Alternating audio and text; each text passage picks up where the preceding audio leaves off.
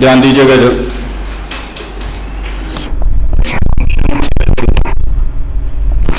उससे पहले रिलेशंस आप लोग अपने कर लिया पूरा, रिलेशंस पूरा नहीं किया अभी? नहीं किया अभी? चलो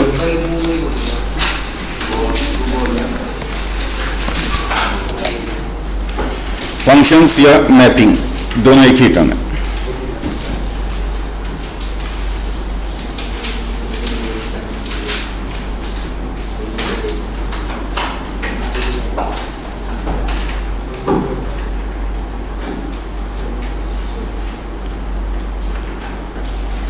देखिए, जो फंक्शन है ये भी रिलेशन का ही एक टाइप है। जैसे आपने रिलेशन के डिफरेंट टाइप्स देखे, reflexive relation, symmetric relation, transitive relation, तो फंक्शन भी रिलेशन का ही एक टाइप है। यानी हम हर एक रिलेशन को फंक्शन नहीं बोलेंगे, एक खास टाइप के रिलेशन को, एक पर्टिकुलर टाइप के रिलेशन को हम फंक्शन बोलते हैं। ना कैसा होना चाहिए, किस टाइप के रिलेशन को हम फंक्शन बोलते हैं? तो मान लो हमने ए से बी में कोई रिलेशन डिफाइन किया, F is from A to B. अभी मैं ये नहीं कर रहा हूं कि ये फंक्शन है, मैं कह रहा हूं कि एफ कोई रिलेशन है जो मैं कहां से कहां तक डिफाइन कर रहा हूं, ए से बी में। तो क्या होता था रिलेशन में? अगर हम कहते हैं कि relation is defined from A to B, तो रिलेशन के अंदर जो हम पेयर बनाते हैं उसमें ए से एक्स चूज करते हैं और बी से वाई चूज करते हैं, एंड देन पेयर बना देते हैं। तो जो पेयर्स का सेट है वो कहलाता है रिलेशन। जैसे मान लो कि ए में कुछ एलिमेंट्स हैं, बी में कुछ, ए में एलिमेंट्स हैं 1 2 3 4 5, बी में से 0 1 2 4 6 9 ऐसे कुछ। और ये आपने from A to B arrow diagram से जैसे दिखाते थे। सपोज मैंने 1 को रिलेट किया 0 के साथ, यानी एफ के अंदर जो पेयर होगा वो होगा 1, 0। 2 को रिलेट किया के साथ, 3 को भी रिलेट किया से 1 के साथ, 4 को रिलेट किया से 2 के साथ, और 5 को रिलेट किया से 4। यानी अगर मैं f को पेयर बनाकर लिखूं तो f में जो पेयर आएंगे वो आएंगे 1, 0, 2, 1, 3, 1, 4, 2 एंड 5, 4। ये f के अंदर पेयर हो गया।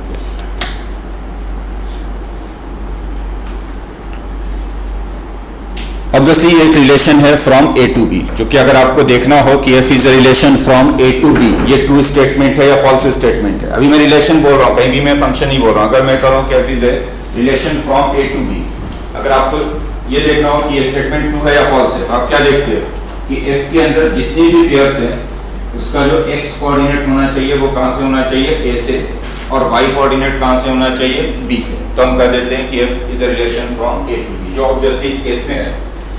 लेकिन अब अगर मैं कहता हूं कि F is a function from A to B, फिर आपको क्या देखना पड़ेगा? फंक्शन के लिए देखना क्या है आपको कि ए में जितने भी एलिमेंट्स सभी की पेयरिंग होनी चाहिए, मतलब सभी से एक एक एरो निकलना चाहिए। अगर एफ में ऐसा कोई एलिमेंट है जिसकी पेयरिंग नहीं हो रही है तो फिर फंक्शन नहीं है। जैसे ए में अगर मैं एक एलिमेंट 6 ले लेता हूं और उसको किसी के साथ रिलेट नहीं किया तो फिर ये फंक्शन नहीं है। तो ए में जितने भी एलिमेंट्स हैं हर एक की पेयरिंग होनी जरूरी है। और दूसरी खास बात क्या होनी चाहिए, ये हर एक की पेयरिंग एक और सिर्फ एक बार ही होना चाहिए, यानी हर एक एलिमेंट से सिर्फ एक ही एरो निकलना चाहिए, एक से ज्यादा नहीं। जैसे अगर हमने 1 को रिलेट कर दिया 0 के साथ तो अब हम 1 के और किसी के साथ रिलेट नहीं करेंगे। पूरी तरह से आपको पहले वाले सेट पे फोकस करना है, उधर वाले सेट को इग्नोर करना। उधर क्या हो रहा है कुछ नहीं देखना, आपको देखना है इस वाले सेट पे। इस वाले सेट पे जितने एलिमेंट्स हैं सबसे एक एक एरो बी की तरफ जाना चाहिए। अगर हर एक से एक एक एरो बी की तरफ जा रहा है तो ये फंक्शन है, अदरवाइज फंक्शन नहीं। जैसे ये फंक्शन है, इसमें आपको दिख रहा है कि हर एक से हमने एक एक एरो निकाला हुआ है बी की तरफ। तो अब हम इसको मैथमेटिकली कैसे डिफाइन करेंगे, तो ए एंड बी अगर कोई दो नॉन एम्प्टी सेट्स, अगर आप करें कि function from A to B है, तो फंक्शन क्या एक्चुअल में एक रिलेशन है। कैसा रिलेशन है? Which relates every element of A का कोई भी एलिमेंट छूटे ना। और कैसे रिलेट करे? With a unique element of B, यानी हर एक एलिमेंट को यूनिकली रिलेट करे। मींस हर एक एलिमेंट की पेयरिंग सिर्फ एक बार ही बननी चाहिए। तो लिख लीजिए डेफिनेशन, फंक्शन का डेफिनेशन लिखो। Suppose A and B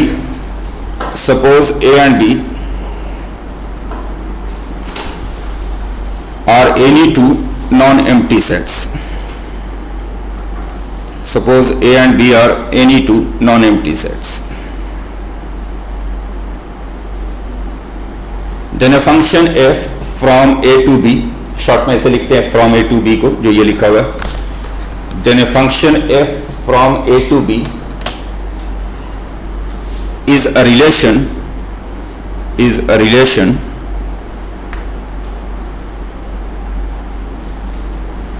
which relates every element of A with a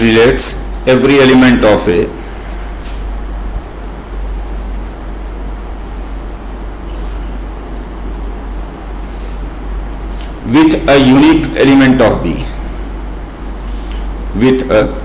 element of B.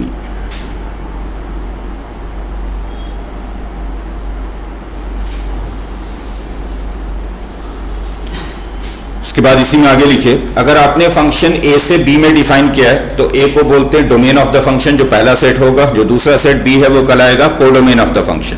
लिख लो, the set A is known as domain of the function and set B is known as codomain of the function. The set A is known as domain of the function and set B is known as codomain of the function.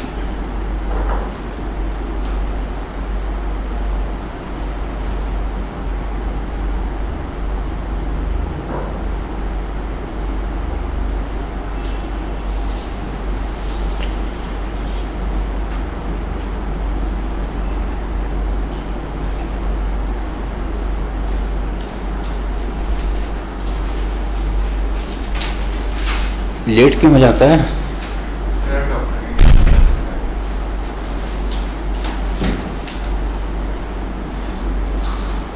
जैसे ये example आप note कर लीजिए, फिर आगे इसी के reference में लिखेंगे। पहले ये एग्जांपल नोट कर लो। ये जो f from A to B है, ये फंक्शन है f from A to B is a function.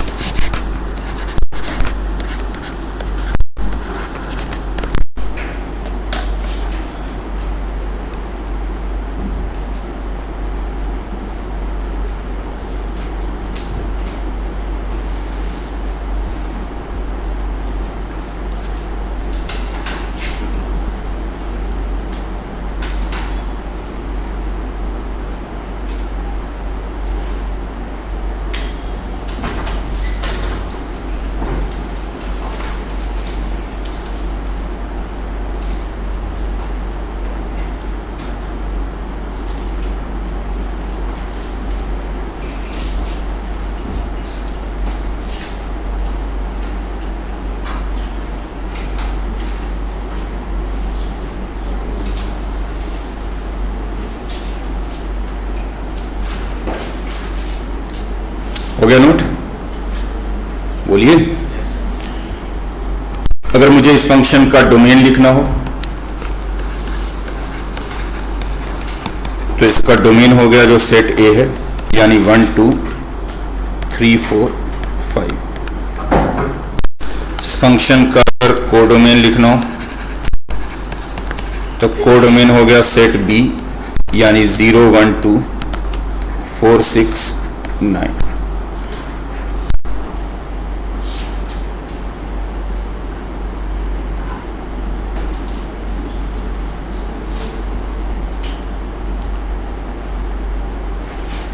फिर से एक बार एक्सप्लेन कर दे रहा हूं कि अगर आप f from A to B एक फंक्शन बना रहे हो तो फंक्शन एक्चुअल में क्या है? एक रिलेशन ही है। कैसा रिलेशन है? जो A के हर एक एलिमेंट को रिलेट करेगा with a unique element of B। Simple सी बात आपको ये देखनी है, अगर आप एरो डायग्राम बना के देख रहे हो तो आपको ये देखना है कि A के हर एक एलिमेंट से एक एक एरो B की तरफ जाना चाहिए, one and only one arrow. Arrow diagram नहीं बना रहे तो फिर आपको ये देखना होगा कि A में जितने भी एलिमेंट्स हैं सबके कॉरस्पॉन्डिंग एक पेयर बनना चाहिए, यानी हर एक एलिमेंट का पेयर बनना चाहिए और सिर्फ एक बार ही बनना चाहिए। जैसे यहाँ पे हमने 1 का पेयर 0 के साथ बना दिया तो अब हम 1 का पेयर दोबारा नहीं बनाएंगे किसी के साथ। देन 2 का पेयर 1 के साथ बना दिया, 3 का पेयर 1 के साथ बना दिया, 4 का 2 के साथ, 5 का 4 के साथ। दूसरे तरीके से अगर हम कहें तो कब फंक्शन नहीं होगा, जैसे ये तो फंक्शन है, अगर मान लो कि हम 5 का पेयर किसी के साथ नहीं बनाते, ये वाला एरो हटा दें तो फंक्शन नहीं है, क्योंकि फिर 5 की आपने पेयरिंग नहीं की। या अगर आपने 5 की पेयरिंग 2 बार कर दी, सिर्फ 5 की पेयरिंग 4 के साथ कर दी या 5 की पेयरिंग 6 के साथ भी कर दी, तो भी फंक्शन है। यानी हर एक की पेयरिंग होनी चाहिए और सिर्फ एक बार ही होनी चाहिए। और पूरी तरह से डोमेन पे फोकस करते हैं, उधर क्या हो रहा है कुछ नहीं देखते, हमें देखना होता है इधर जितने भी एलिमेंट हैं डोमेन में सबकी पेयरिंग करेंगे और सिर्फ एक बार करेंगे। ये सेट आपका डोमेन हो गया, ये कोडोमेन। अब अगर आपने अंडर द फंक्शन x को पेयर किया y के साथ, यानी x को रिलेट किया y के साथ, तो हम y को बोलते हैं image of x and x को बोलते हैं प्री इमेज ऑफ y। जैसे यहाँ पे 1 का इमेज है 0, 2 का इमेज है 1, 3 का इमेज है 1, 4 का इमेज है 2 और 5 का इमेज है 4। तो बड़ा क्लियर है कि डोमेन में जितने भी एलिमेंट्स हैं सबका इमेज होना जरूरी है। अगर किसी एलिमेंट का इमेज नहीं है तो फंक्शन नहीं है। और हर एक का इमेज एक और सिर्फ एक ही हो सकता है, यानी एक एलिमेंट की 2 इमेजेस नहीं हो सकती। जैसे 5 का इमेज 4 है तो 5 का फर्दर कोई इमेज नहीं बन सकता। तो डोमेन में जितने भी एलिमेंट्स हैं वो सभी का इमेज एग्जिस्ट करना जरूरी है। अगर x का इमेज y है तो इसको हम नोटेशन में लिखेंगे fx is equal to y। अगर फंक्शन f है तो लिखवा दूंगा, सुनते रहिए। जैसे यहाँ पे इस फंक्शन के रेफरेंस में हम लिखेंगे कि f1 इज इक्वल टू 0 है, 1 का इमेज 0 है। f2 इज इक्वल टू 1 है, 2 का इमेज 1 है। f3 इज इक्वल टू 1 है। f4 इज इक्वल टू 2 है और f5 इज इक्वल टू 4 है। तो आपको ये देखना है कि डोमेन में जितने भी एलिमेंट्स हैं सभी का इमेज एग्जिस्ट करना चाहिए। अगर किसी का इमेज नहीं मिल रहा है तो आप कहें ये फंक्शन नहीं है, या किसी का इमेज एक से ज्यादा मिल रहा है तो भी फंक्शन नहीं है। जैसे आपने कह दिया कि f1 0 है तो फिर f1 की और कोई वैल्यू नहीं हो सकती। इमेज को वैल्यू भी बोलते हैं, वैल्यू ऑफ द फंक्शन या इमेज एक ही बात है। जैसे इसको हम पढ़ेंगे कि f1 0 है तो या तो हम इसे पढ़ेंगे कि इमेज ऑफ 1 इज 0, या हम कहेंगे value of the function at 1 is 0। Image of 2 is 1, या कहेंगे value of the function at 2 is 1। Image of 3 is 1, या value of the function at 3 is 1। Value of the function at 4 is 2, value of the function at 5 is 4। इसका मतलब ये हो गया कि domain में जितने भी पॉइंट्स हैं हर एक पॉइंट पे वैल्यू एग्जिस्ट करनी चाहिए, हर एक पॉइंट की वैल्यू होनी चाहिए और हर एक पॉइंट की सिर्फ एक ही वैल्यू होनी चाहिए। अगर किसी पॉइंट की एक से ज्यादा वैल्यू होगी तो हम फंक्शन नहीं बोलेंगे उसको, या किसी पॉइंट पे वैल्यू नहीं होगी तब भी हम उसको फंक्शन नहीं बोलेंगे। समझ में आ गई बात? तो लिखिए पॉइंट वाइज, अब पॉइंट वाइज लिखते जाइए, बहुत सारी बातें अभी लिखेंगे, पॉइंट वगैरह पे लिखते जाइए।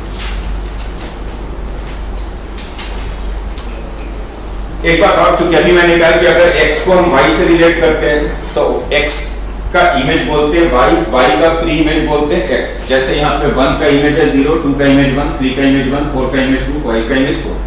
डोमेन में जितने भी एलिमेंट्स हैं सबका इमेज होगा और सबका इमेज एक और सिर्फ एक ही होगा। प्री इमेज बोले तो 0 का प्री इमेज 1 है, 1 के 2 प्री इमेजेस हैं 2 and 3, 2 का प्री इमेज 4 है और 4 का प्री इमेज 5 है, 6 and 9 के कोई प्री इमेजेस नहीं है। तो प्री इमेज के लिए कोई रिस्ट्रिक्शन नहीं है, मतलब ऐसे एलिमेंट्स हो सकते हैं जिसका कोई प्री इमेज ना हो, जैसे 6 और 9 का कोई प्री इमेज नहीं है। ऐसे एलिमेंट्स हो सकते हैं जिनका एक से ज्यादा प्री इमेज हो, जैसे 1 का 2 प्री इमेज है, 2 and 3। तो उधर से कोई रिस्ट्रिक्शन नहीं है, रिस्ट्रिक्शन जो कुछ भी है इधर से उधर है कि डोमेन में जितने भी एलिमेंट्स हैं सभी का इमेज होना चाहिए और सिर्फ एक होना चाहिए। तो लिखिए अगला point, if under the function f x is associated with y या x is related with y, एक ही बात है। if x is associated with y then y is known as the image of x, then y is known as the image of x,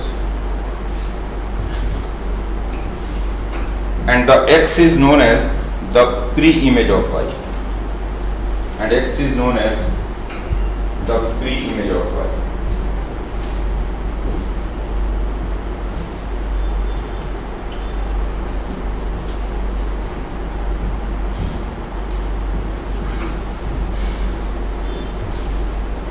अगला point,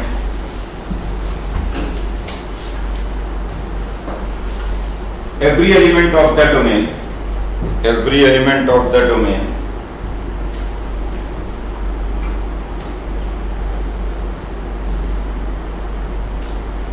has one and only one image, has one and only one image. Domain में जितने भी elements हैं सबका image होना चाहिए और सिर्फ एक होना चाहिए। प्री इमेज के लिए ऐसा जरूरी नहीं है। कोर डोमेन में ऐसे एलिमेंट्स हो सकते हैं जिनका कोई प्री इमेज नहीं है, ऐसे भी हो सकते हैं जिनका एक से ज्यादा प्री इमेज है। तो लिखो there may be some elements in the codomain, there may be some elements in the core domain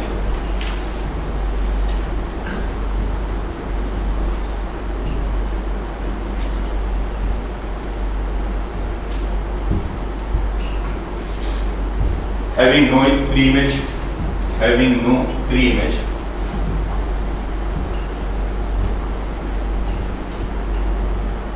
or more than one pre-images, or more than one pre-images.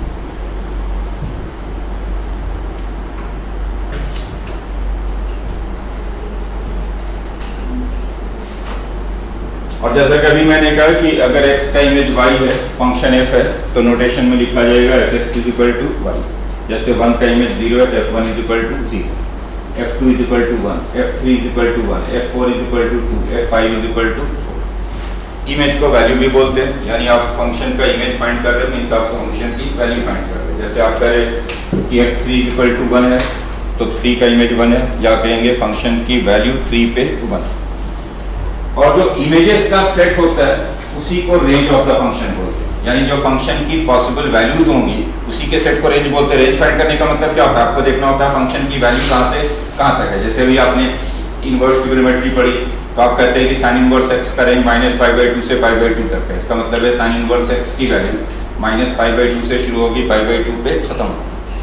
तो इस फंक्शन की value 0, 1, 2 and 4 हो सकती है, 4 ही value हो सकती है। जो इमेज नहीं बने वो रेंज में नहीं आएंगे, जो फंक्शन की वैल्यू है वही रेंज में आएगा। और फंक्शन की 4 ही वैल्यू है 0, 1, 2 एंड 4। तो जो फंक्शन की पॉसिबल वैल्यूज होंगी, पॉसिबल इमेजेस होंगी, उसी के सेट को रेंज कहेंगे। वैसे भी रिलेशन में भी आपने रेंज किसको कहा था, सेट ऑफ वाई कोऑर्डिनेट्स को। वाई कोऑर्डिनेट्स के सेट को रेंज बोलते हैं, जिसमें वाई कोऑर्डिनेट क्या क्या आ रहा है, देख लो 0, 1, 2 एंड 4 ही आ रहा है। तो लिख लो the set of possible images, the set of possible images, images के साथ ब्रैकेट में वैल्यूज भी लिख लोगे। the set of possible images or values of a function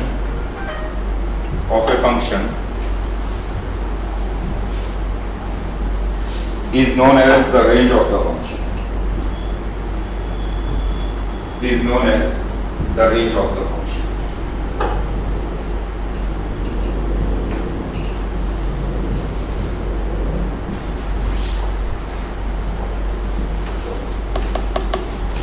जैसे अगर हम इस फंक्शन के रेफरेंस में देखें, इस फंक्शन का डोमेन है ए, जो लिखा हुआ है मैंने 1 2 3 4 5, कोर डोमेन है बी जिसके अंदर है 0 1 2 4 6 9। और अगर इस फंक्शन का रेंज लिखें, रेंज ऑफ दिस, तो रेंज में सिर्फ इमेजेस आएंगे, जो वैल्यूज हैं वो आएंगे। और वैल्यूज कौन कौन सी हैं, 0 1 2 एंड 0 1 2 एंड 4।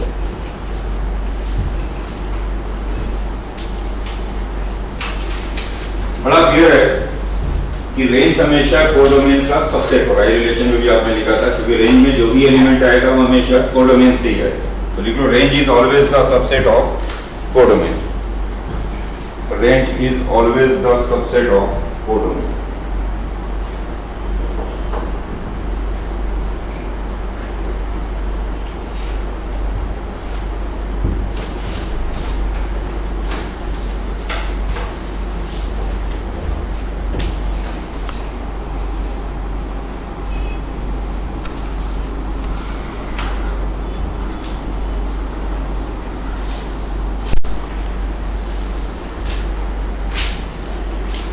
जब यहाँ पे आप देख रहे ए में 5 एलिमेंट्स है, 1 2 3 4 5, और बी में 6 एलिमेंट्स हैं, 0 1 2 4 6। अगर आपसे पूछा जाए कि हम ए से बी में कितने रिलेशंस बना सकते हैं, तो वो तो फॉर्मूला आपने पिछली क्लास में रिलेशन में देखा था। क्या देखा था कि अगर ए में m एलिमेंट्स हैं, बी में n एलिमेंट्स हैं, तो a क्रॉस b में कितने एलिमेंट्स होंगे, mn, और a क्रॉस b का जो सबसेट होता है वो रिलेशन कहलाता है a से b। तो a क्रॉस b में चूंकि mn एलिमेंट्स होंगे तो उसके सबसेट बनेंगे टोटल 2mn, तो रिलेशन होता है 2mn। इसको याद रखिए कि अगर a में m एलिमेंट्स हैं, b में n एलिमेंट्स,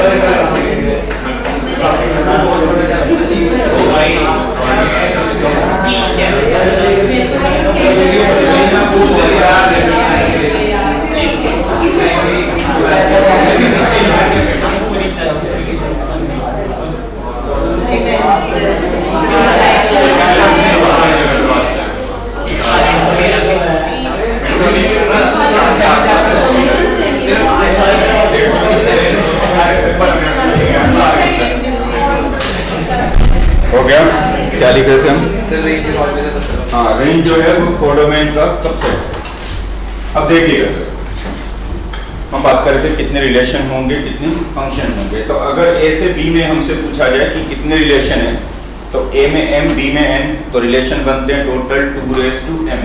जैसे यहाँ पे a में 5 है, b में 6 है, तो रिलेशन बनेंगे टोटल 230। बहुत ज़्यादा हो गया, 5 × 6 30, 230 बहुत बड़ा नंबर हो।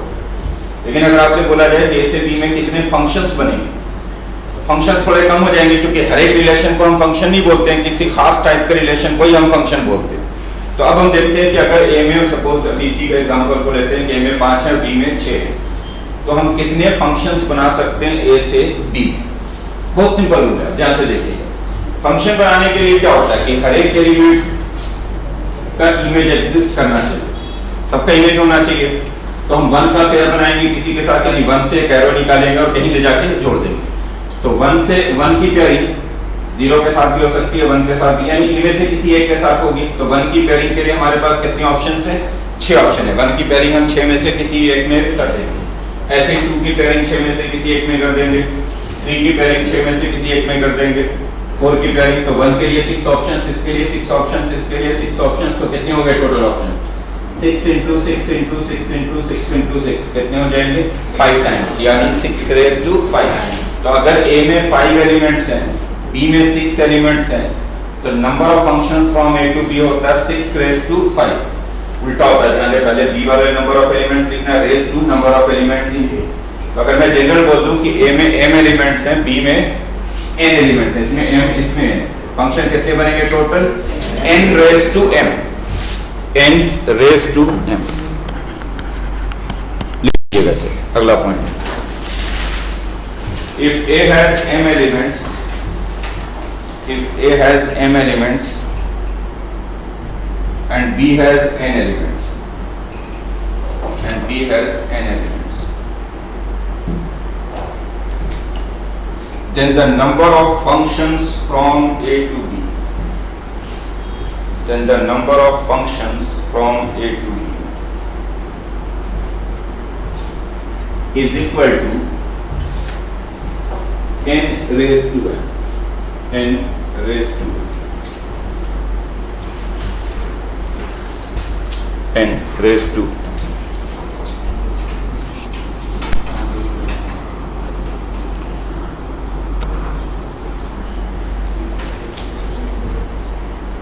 क्या हो गया? कॉलम है, बोलो बोलो।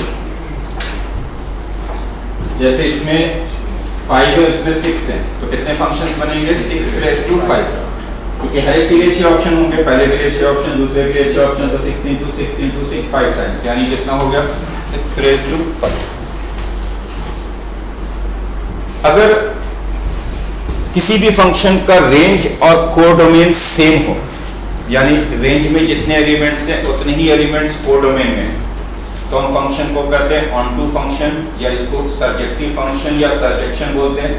और अगर रेंज और कोडोमेन सेम ना हो, रेंज कोडोमेन का प्रॉपर सबसेट हो, यानी रेंज कोडोमेन से छोटा हो, तो उसे कहते हैं इनटू फंक्शन। जैसे ये जो हमने एग्जांपल लिया हुआ है, ये इनटू फंक्शन है, क्योंकि इसमें रेंज और कोडोमेन सेम नहीं है। कोडोमेन में 6 एलिमेंट है, जबकि रेंज में सिर्फ 4 ही एलिमेंट है, 0 1 2 एंड 4। तो अगर रेंज और कोडोमेन सेम होगा, जैसे एक और एग्जांपल ले लेता हूं, इसको देखिए, मान लो हमने कहा कि ये एक सेट है P, ये एक सेट है Q, और ये हम फंक्शन बना रहे हैं से G from P to Q।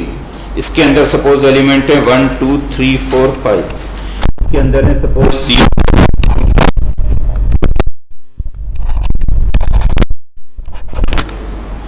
1 का इमेज से 0 है, 2 का इमेज 1 है, 3 का इमेज 2 है, 4 का इमेज 3 है, 5 का इमेज 4 है। तो बड़ा क्लियर है कि इस फंक्शन का g फ्रॉम, नोट करते जाइए साथ साथ, g from P to Q, obviously ये फंक्शन इज ए फंक्शन।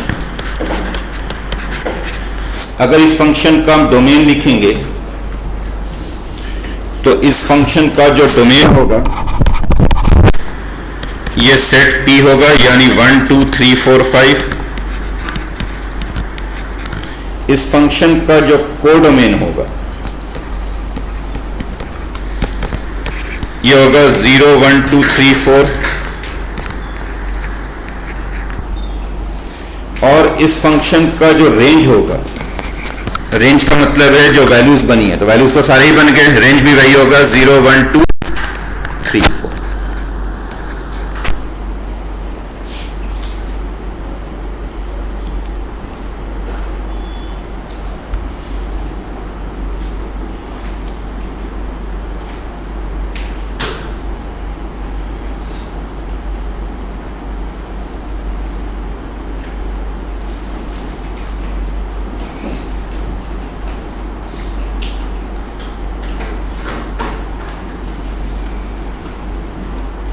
तो आप इस फंक्शन में देख रहे हैं कि जो रेंज है वही कोडोमेन है, रेंज और कोडोमेन सेम है, तो ये फंक्शन है ऑन टू।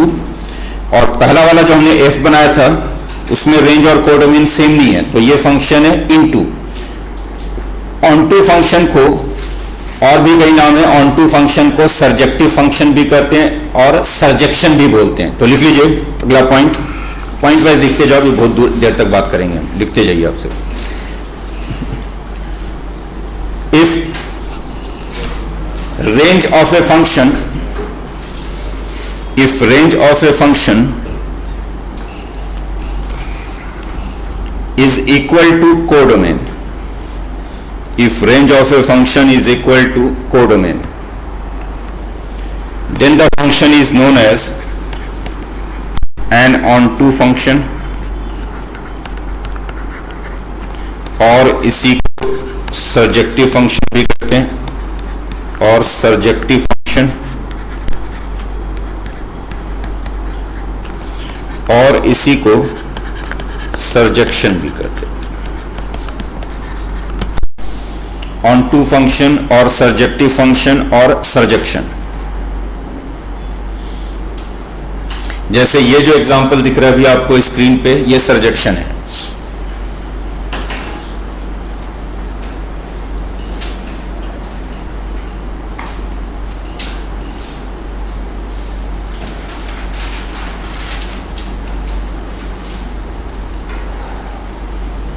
और अगर रेंज कोडोमेन के इक्वल नहीं है, जैसे पहला वाला एग्जांपल था जो ये एफ दिख रहा है, इसमें रेंज और कोडोमेन डिफरेंट है। रेंज में 4 ही एलिमेंट हैं, 0 1 2 4, बट कोडोमेन में 6 हैं।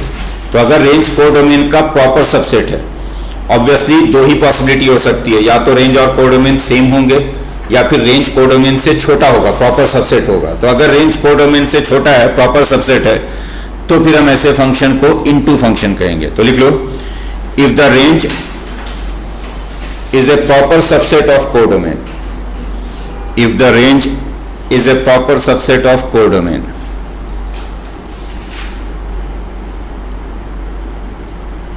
then the function is known as an into function, is known as an into function।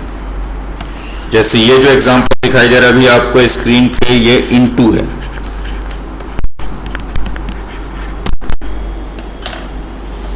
into function।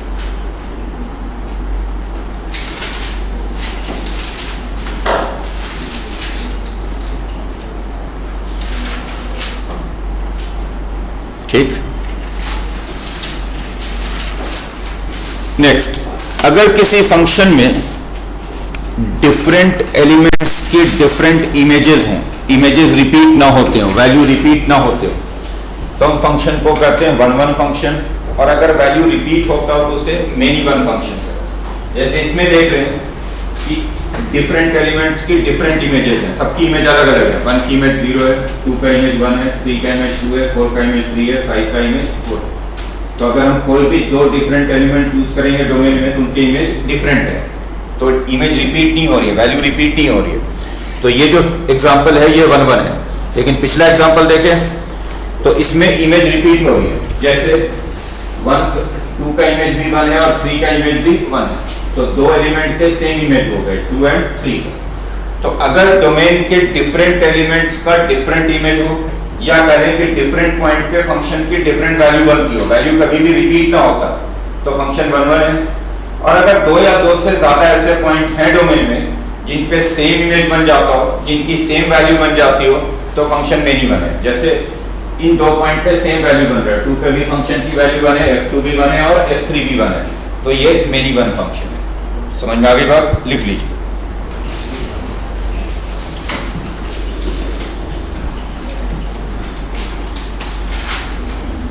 अगला पॉइंट लिखेंगे, if different elements of the domain, if different elements of the domain have different images in the codomain, have different images in the codomain,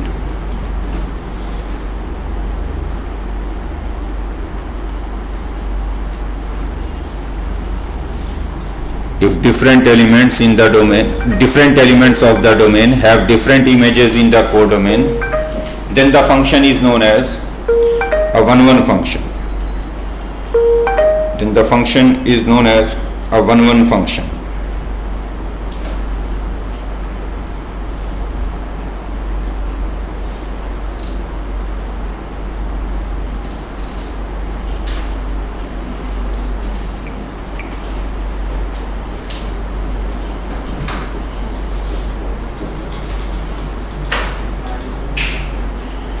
क्या लिखा आपने? If different elements of the domain have different images in the codomain then the function is 1 1। या इसी को हम ऐसे कह लें कि 1 1 फंक्शन में फंक्शन की वैल्यू कभी भी रिपीट नहीं होगी।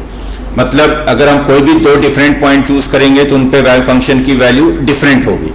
तो लिख लो this means a 1 1 function, this means a 1 1 function never repeats its value, never repeats its value।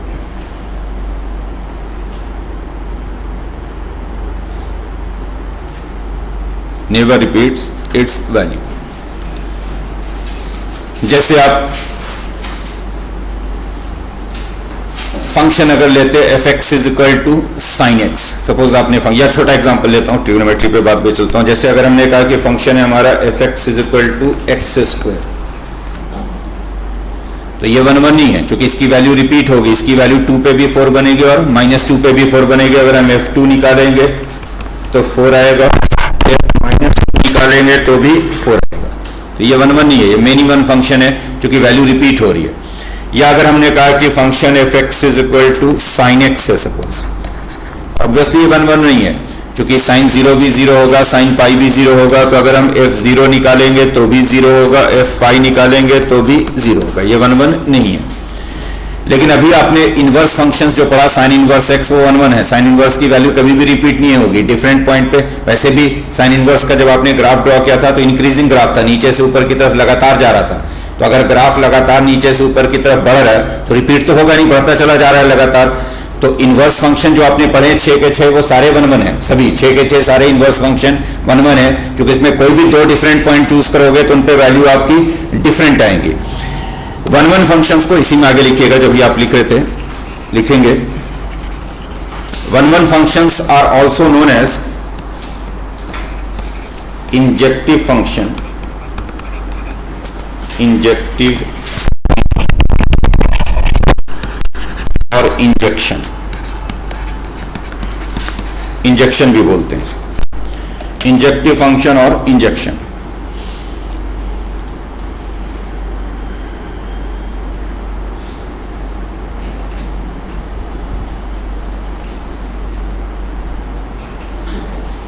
ठीक, अगर किसी फंक्शन का ग्राफ लगातार बढ़ रहा हो, लगातार ऊपर जा रहा हो या लगातार नीचे जा रहा हो, तो आप ग्राफ को देख के बोल दीजिए कि 1 1 है। क्योंकि अगर लगातार बढ़ रहा है तो ऑब्वियसली रिपीट नहीं हो रहा, बढ़ता चला जा रहा है। और अगर लगातार घट रहा है तो भी रिपीट नहीं हो रहा है। तो अगर कोई फंक्शन थ्रू आउट इंक्रीजिंग है, मोनोटोनिकली इंक्रीजिंग का मतलब होता है जो लगातार बढ़े, मोनोटोनिकली डिक्रीजिंग का मतलब होता है जो लगातार घटे। तो अगर कोई फंक्शन इंक्रीजिंग है या डिक्रीजिंग है थ्रू आउट पूरे डोमेन में, तो वो फंक्शन 1 1 है। तो लिख लीजिए if a function, if the graph of, अगला पॉइंट लिख लीजिएगा, if the graph of a function, if the graph of a function is strictly increasing or decreasing, is strictly increasing or decreasing,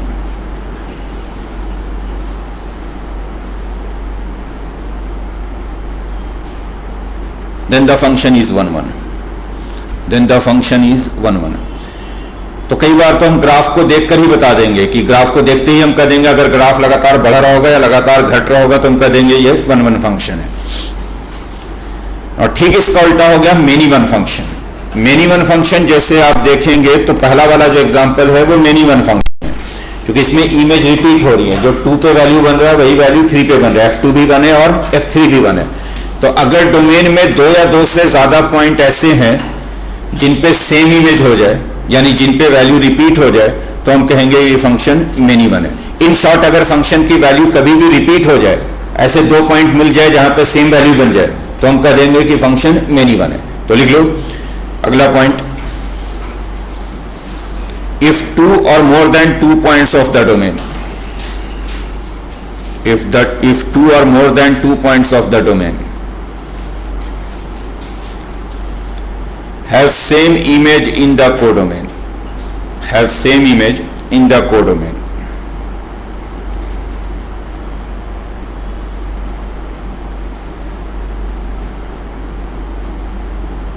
then the function is many 1, then the function is many 1।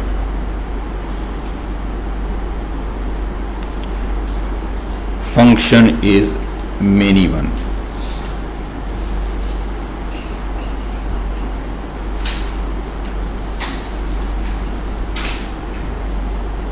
कहने का मतलब ये कि अगर किसी function की value repeat हो रही है, दो या दो से ज़्यादा पॉइंट ऐसे हैं डोमेन में जहाँ पे सेम वैल्यू बन रही है, तो हम कहेंगे फंक्शन मेनी वन है. तो लिख लो इसी में, in other words, if there are two or more than 2 points in the domain, in other words, if there are 2 or more than 2 points in the domain,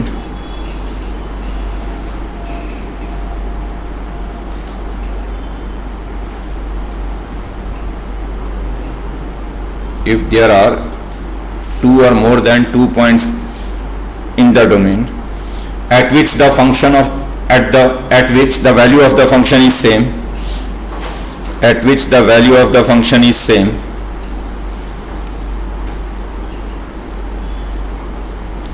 then the function is many one. Then the function is many one. Many one.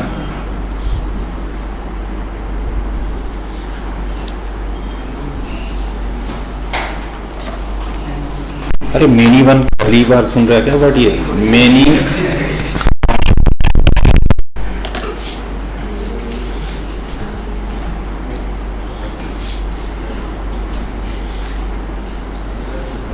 ध्यान रहे, function या तो 1 1 होगा या many one होगा, both नहीं होता कभी भी.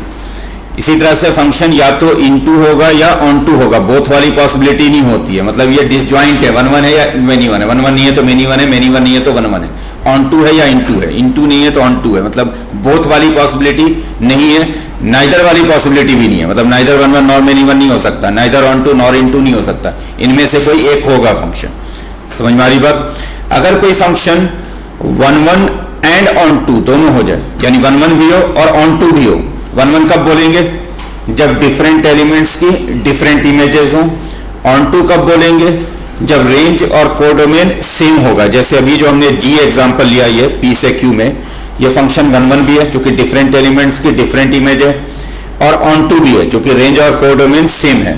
तो अगर फंक्शन 1 1 एंड ऑन टू दोनों हो जाए तो ऐसे फंक्शन को बाइजेक्टिव फंक्शन लिखते हैं.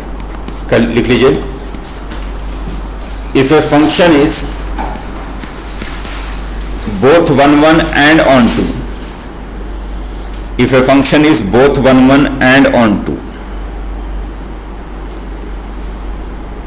both 1 1 and on 2, then the function is known as a bijective function or bijection. Then the function is known as a bijective function or bijection.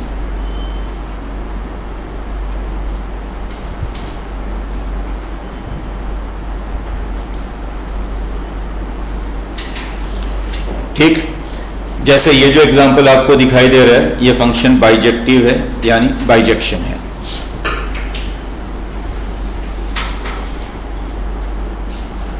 समझ में आ रही बात? अगर किसी फंक्शन का ग्राफ मोनोटोनिक नहीं है, ग्राफ ऊपर नीचे हो रहा है, मतलब ऊपर गया फिर नीचे आया फिर ऊपर गया, अगर मोनोटोनिक नहीं है, लगातार बढ़ नहीं रहा है या लगातार घट नहीं रहा है, तो वो मेनी वन फंक्शन है.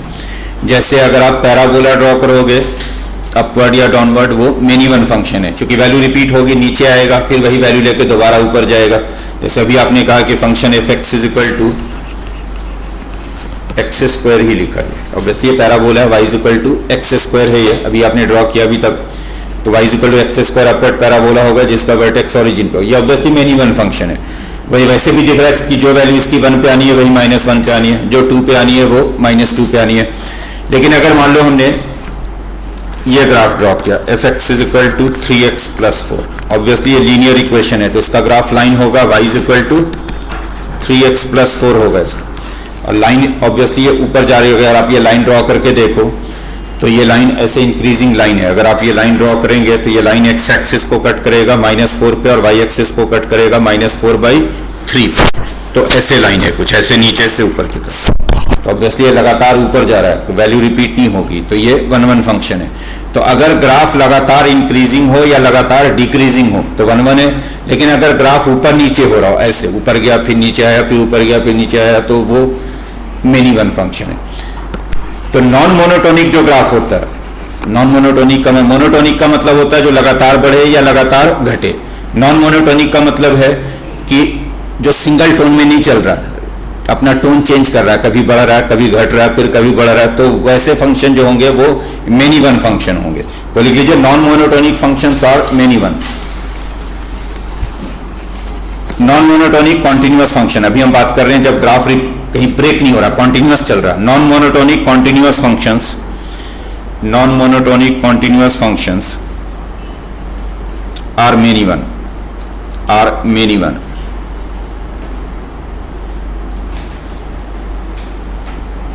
तो अगर आप सिर्फ ग्राफ दे दिया जाए तो आप ग्राफ को देख के बता सकते हैं कि फंक्शन वन वन है या मेनी वन है। जैसे कि हमने एक्स एक्सिस और वाई एक्सिस ड्रॉ किया और ये मैंने ऐसे ही रैंडमली कर दिया कि ये किसी फंक्शन एफ एक्स का ग्राफ है, सपोज ऐसे। ये हमने कहा कि किसी फंक्शन एफ एक्स का ग्राफ है ये रेड वाला। तो आपसे पूछा जाए कि ये वन वन फंक्शन है या मेनी वन फंक्शन है, आप स्ट्रेट अवे कहिए कि वन वन है, क्योंकि ये लगातार बढ़ रहा है, इसकी वैल्यू कहीं रिपीट होगी नहीं। लेकिन एक दूसरा ग्राफ मान लो, मैंने ग्रीन ग्राफ लिया ऐसे, ये मान लो ग्रीन वाला जो है ये y is equal to g x है। आपसे पूछा जाए ये वन वन है या मेनी वन है, तो ये मेनी वन है, क्योंकि ये पहले नीचे आया फिर वापस ऊपर जा रहा है। तो जब नीचे आके वापस ऊपर जाएगा तो वही वैल्यू दोबारा आएगी, फिर नीचे आ रहा है फिर दोबारा वही वैल्यू लेगा, तो ये जो है मेनी वन फंक्शन है। समझ में आ रही बात?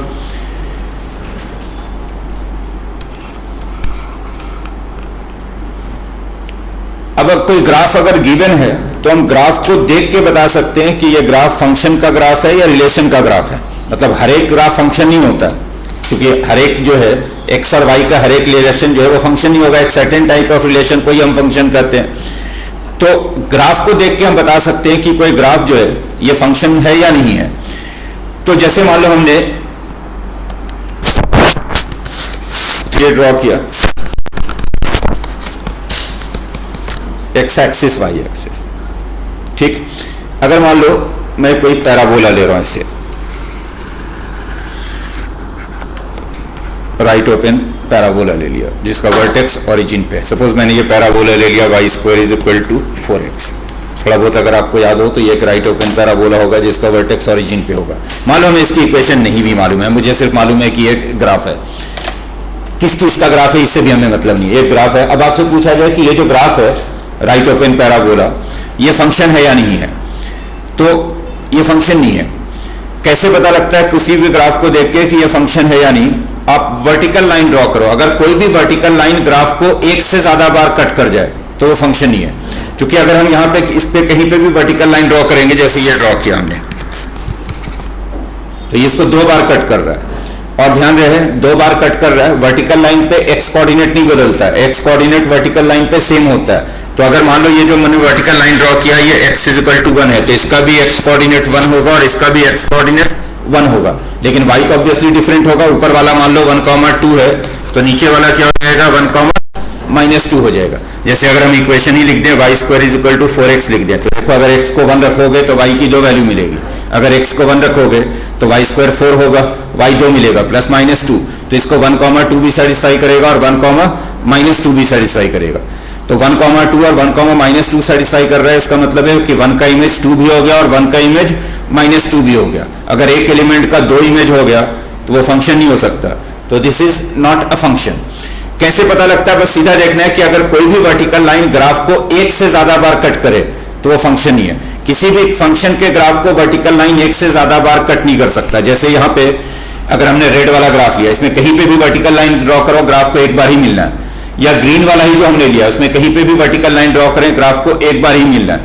तो अगर कोई वर्टिकल लाइन ग्राफ को एक से ज्यादा बार कट करता हो, मिलता हो, तो वो ग्राफ फंक्शन नहीं हो सकता, वो रिलेशन है, फंक्शन नहीं है। तो लिख लो if any vertical line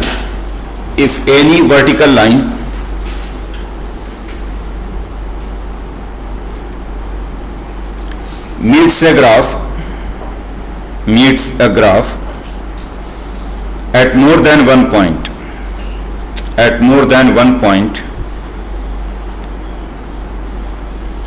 then the graph cannot represent a function. a function.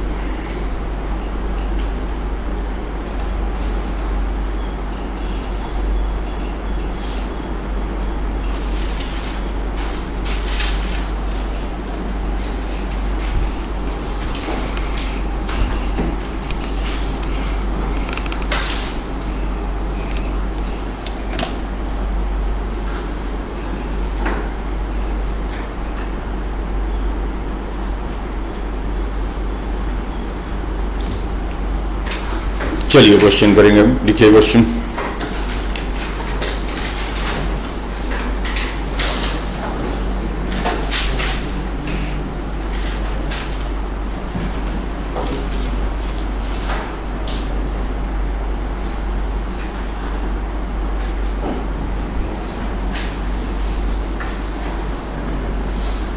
लिखिए क्वेश्चन, बात ना करें।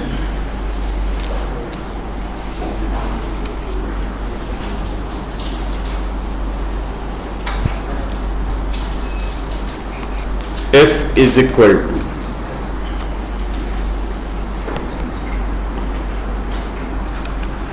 to zero comma one comma zero and minus 1 comma 2. f is equal to 0 comma 1 1 comma 0 minus 1 comma 2 is a quadratic function. Is a quadratic function.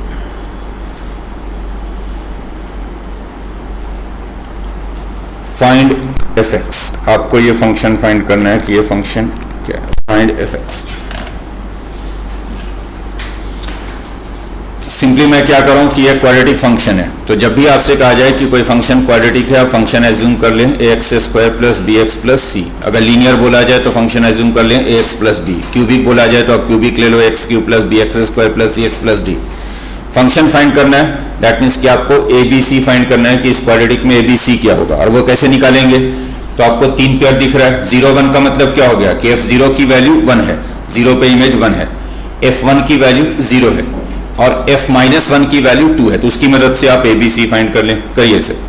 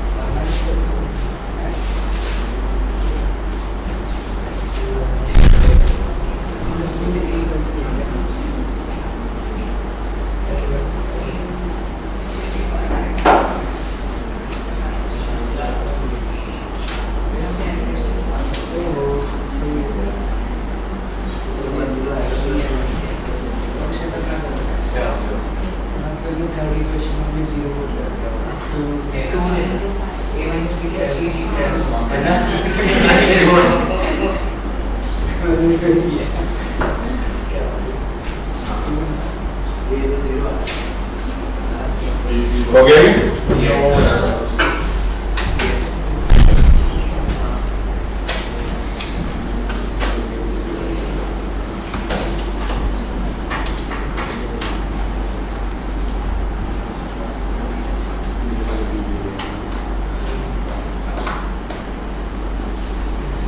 बोलो बोलो।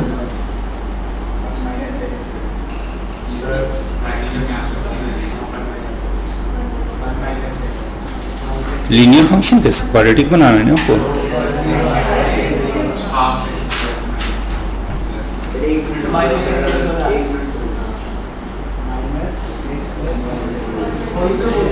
Zero one one zero x minus one by two.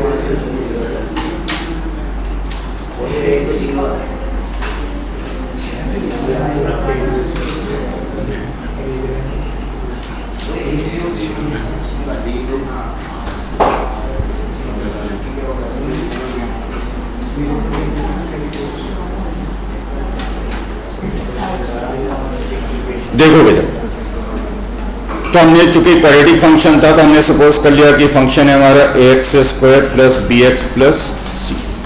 बात ना करें, ध्यान।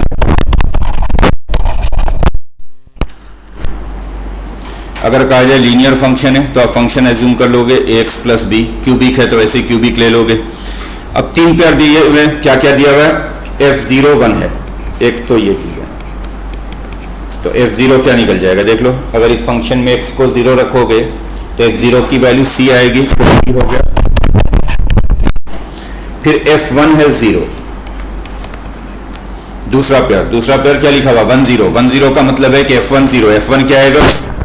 F1 आएगा a plus b plus c, ये 0 है। और चूंकि C1 है तो a प्लस बी की वैल्यू हो गई -1। फिर F माइनस 1 है 2। F माइनस 1 क्या हो जाएगा? a minus b plus c, this is 2। Sorry, गलत लिख दिया मैंने, नहीं ठीक है, a minus b plus c. तो यहां से a माइनस बी, सी को अगर हम 1 रखेंगे तो ये कितना आएगा? सी को -1, सी को 1, तो ये भी 1 हो गया। दोनों को ऐड कर देंगे तो 2a हो गया 0, a आ गया 0, a 0 हो गया तो b हो गया -1। यानी फंक्शन बन रहा है a को 0, b को -1 और c को 1। तो क्या बन गया ये फंक्शन? -x plus 1। लेकिन हमने कहा था क्वाड्रेटिक फंक्शन होना चाहिए, यह क्वाड्रेटिक फंक्शन नहीं है। तो आपका आंसर क्या होना चाहिए? There is no such quadratic function. तो आप लिखिए there is no such quadratic function. ये क्वाड्रेटिक नहीं है तो लीनियर हो गया। तो there is no such quadratic function.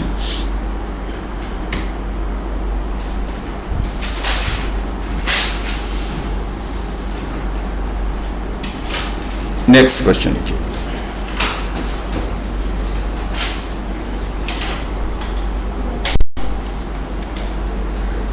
Next question लिखिएगा। कोई प्रॉब्लम है? बोलो बोलो, लिखिए। फिर क्या पूछना पूछ लो ना, पूछने में क्यों डरते हो? अच्छा, फिजिक्स तो मैं नहीं बताऊंगा, लिखिए।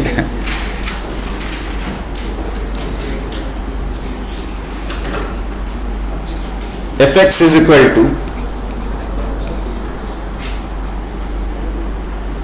बल्कि ऐसे लिखो, चलो ठीक है। Fx is equal to ax square plus bx plus c. Find the values of a, b and c। Find the values of a, b and c for which f of x plus 1 minus f of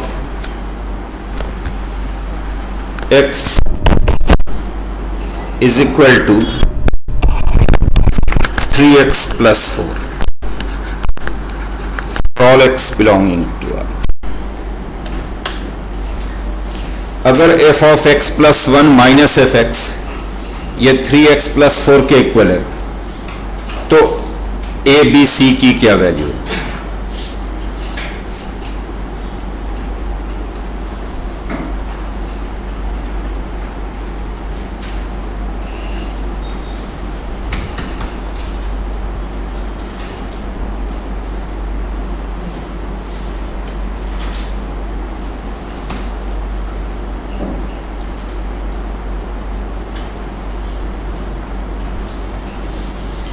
इस week में inverse का test होगा Friday को।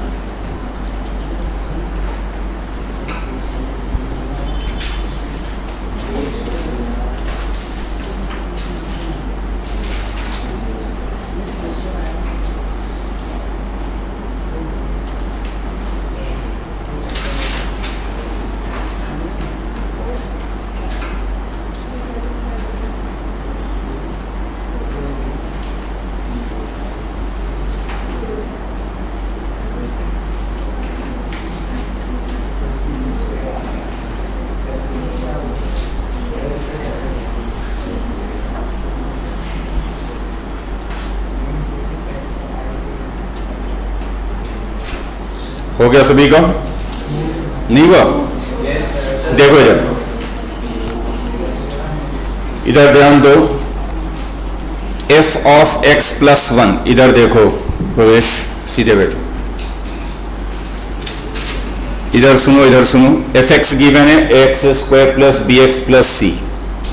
F of x plus 1 का मतलब है कि इस फंक्शन एफ एक्स में x की जगह पे हम x प्लस 1 रख रहे हैं, तो एफ ऑफ एक्स प्लस 1 हो जाएगा a times x plus 1 square, b times x plus 1 plus c. ये किसकी वैल्यू निकल गई है? एफ ऑफ एक्स प्लस 1 की। उसके बाद माइनस एफ एक्स, तो x square plus b x plus c, ये होना चाहिए 3x प्लस 4। आपने कुछ नहीं किया, इस वाले फंक्शन में x की जगह पे x प्लस 1 रख दिया, तो वो हो गया एफ ऑफ एक्स प्लस 1। और अब इसको सिंप्लीफाई करो, तो ये होगा a times x square plus 2x plus 1, then plus b x plus b plus c, minus a x square minus b x minus c, ये हो गया 3x plus 4। B x and c तो खत्म हो जाएंगे, इनफैक्ट ए x square भी खत्म हो जाएगा, ये ए एक्स स्क्वायर और ए एक्स स्क्वायर। बोलिए सही है ना? एक्स वाला टर्म इकट्ठा कर लें तो लेफ्ट साइड पे तो सिर्फ एक ही एक्स वाला टर्म आएगा और वो है 2ax। उसके बाद एक कांस्टेंट आएगा a प्लस बी, और राइट साइड पे ये 3x प्लस 4 है। और आप करें कि ये 2 होना चाहिए for all x belonging to x की जगह पे कोई भी रियल नंबर रखें, ये 2 है। तो इसका मतलब आप सिंपली ये कह रहे हैं कि ये दोनों सेम है, जो लेफ्ट पे लिखा हुआ वही राइट पे लिखा हुआ, ये दोनों इक्वल है। और जब भी दो पॉलिनोमियल इक्वल है तो उनके कोफिशिएंट्स को इक्वेट किया जा सकता है। कोफिशिएंट्स को इक्वेट कर देंगे तो इधर x का कोफिशिएंट 2 है, उसका इधर x का कोफिशिएंट 3, इधर कांस्टेंट a + b, इधर कांस्टेंट 4। तो लिख लो equating the coefficients, equating the coefficients 2a की वैल्यू हो गई 3 और a + b की वैल्यू हो गई 4। तो क्या मिलेगा इससे? a मिलेगा 3/2 और 3/2 रखोगे तो b मिलेगा 5/2। c का कोई रोल नहीं है, क्योंकि आप देख रहे हैं कि c कुछ भी रख दें c तो अल्टीमेटली गायब हो जाता है। तो कहेंगे c can be any real number, c belongs to r। तो a 3/2 है, b 5/2 है, c कुछ भी हो जाए कोई फर्क नहीं पड़ेगा, c is any real number.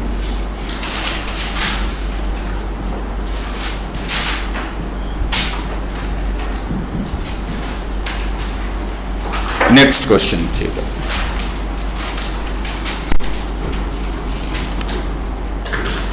fx is equal to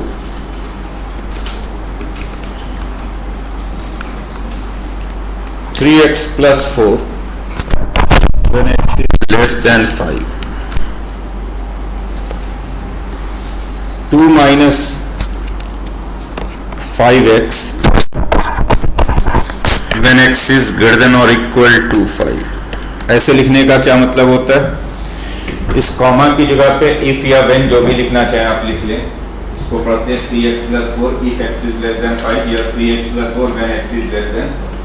तो कॉमा डाल दो, if लिख दो, when लिख दो, इससे कोई फर्क नहीं पड़ता। 2 - 5x if x is greater than or equal to 5। मतलब आपसे कहा जा रहा है कि इस फंक्शन के दो रूल्स हैं। पहला रूल वैलिड होगा जब x को हम 5 से कम लेंगे, दूसरा रूल वैलिड होगा जब x को 5 या 5 से ज्यादा लेंगे। यानी अगर x की जगह पे हम 5 से कम लेंगे तो हम फंक्शन को पढ़ेंगे fx = 3x + 2, और अगर x को 5 या 5 से ज्यादा लेंगे तो हम पहले वाले को भूल जाएंगे, फंक्शन को पढ़ेंगे fx = 2 - 5x। ये आपका फंक्शन गिवन है। अब लिखिए क्वेश्चन। Solve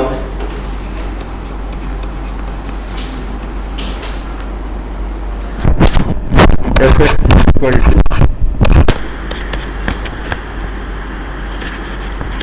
= 2x। ये इक्वेशन सॉल्व कीजिए। Solve fx = 2x।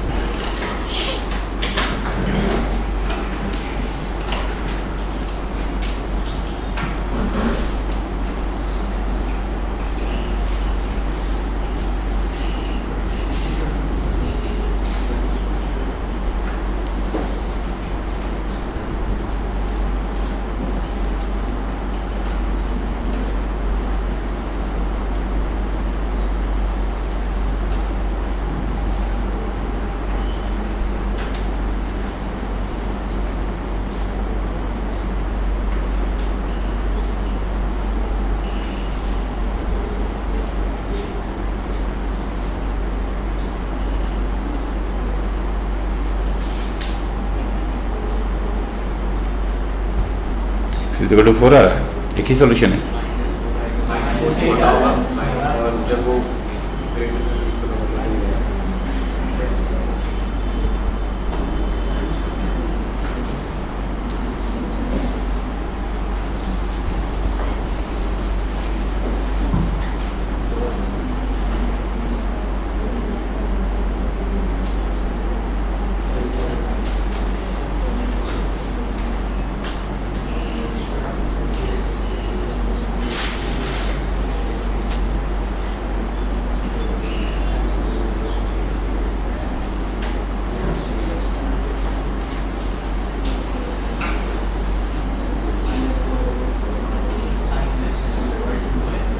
देखो, चूंकि फंक्शन के दो रूल हैं तो आप दोनों रूल से बारी बारी से सॉल्व करोगे। यानी पहला केस लोगे, केस 1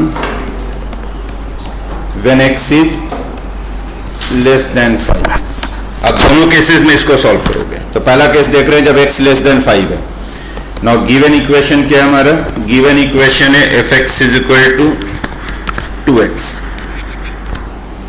x लेस देन 5 है तो fx की जगह पे हम क्या लिखेंगे? 3x + 4।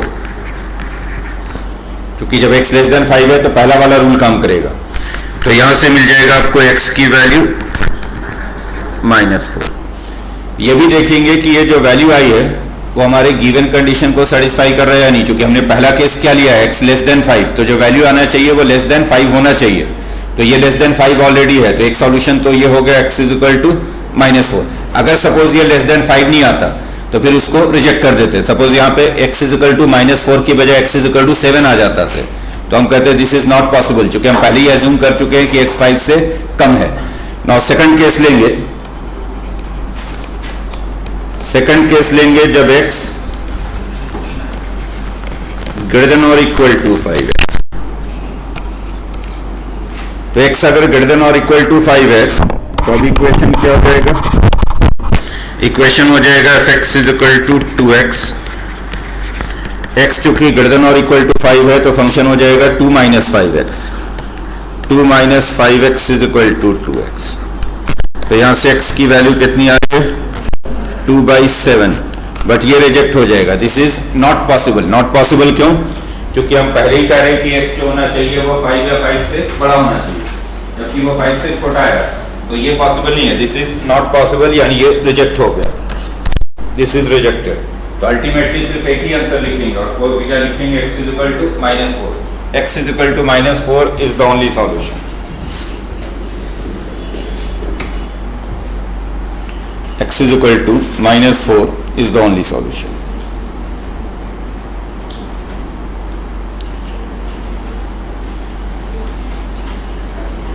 Next question लिखिए।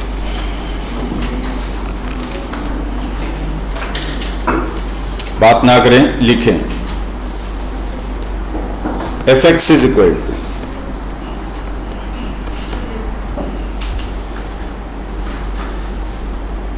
इधर ध्यान दो, लास्ट बेंच विवाह, इधर देखो।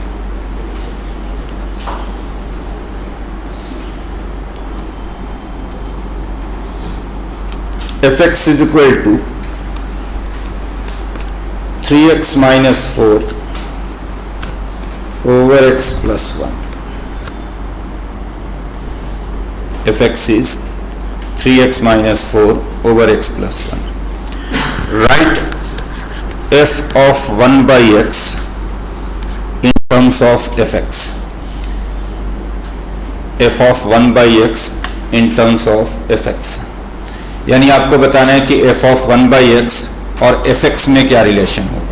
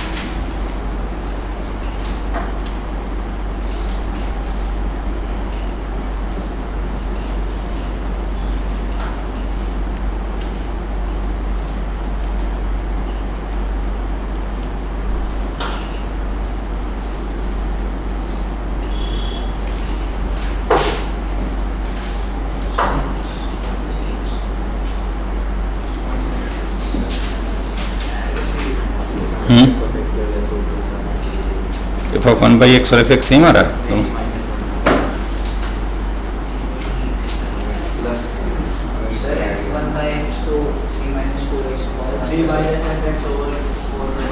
तो आपको f of 1/x और f(x) में रिलेशन बनाना है कि क्या रिलेशन है, यानी तो बनाइए आप। यानी अगर हम f of 1/x को इधर f(x) के टर्म में लिखना चाहेंगे तो राइट साइड पे क्या आएगा, f of 1/x किसके इक्वल होगा, ये 3 - f(x) ओवर ये आ रहा है। f of 1/f(x) की वैल्यू क्या आ रही है, 3 - f(x) ओवर ये आ रहा है।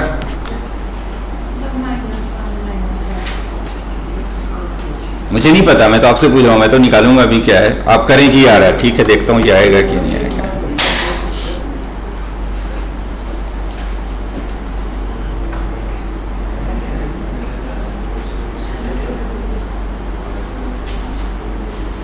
देखो बहुत आसान तरीका होता है कन्वर्जन का, कोई बहुत ज्यादा दिमाग लगाने की जरूरत नहीं। एफ ऑफ 1/x को एफ एक्स के टर्म में लिखना है आपको।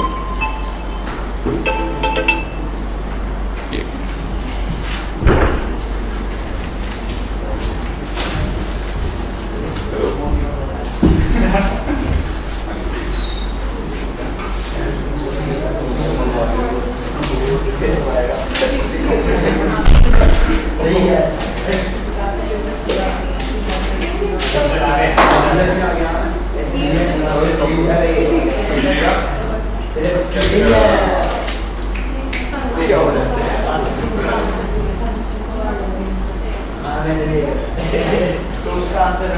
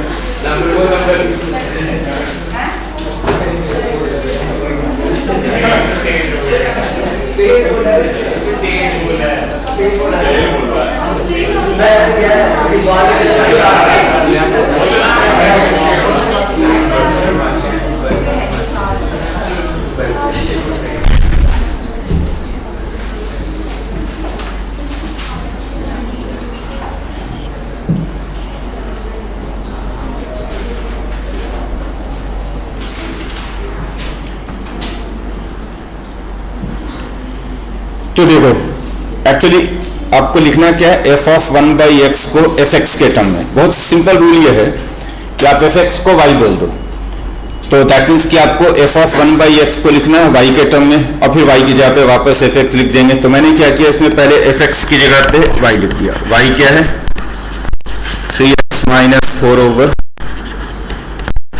y, किसको बोल रहे हो आप, एफ एक्स को।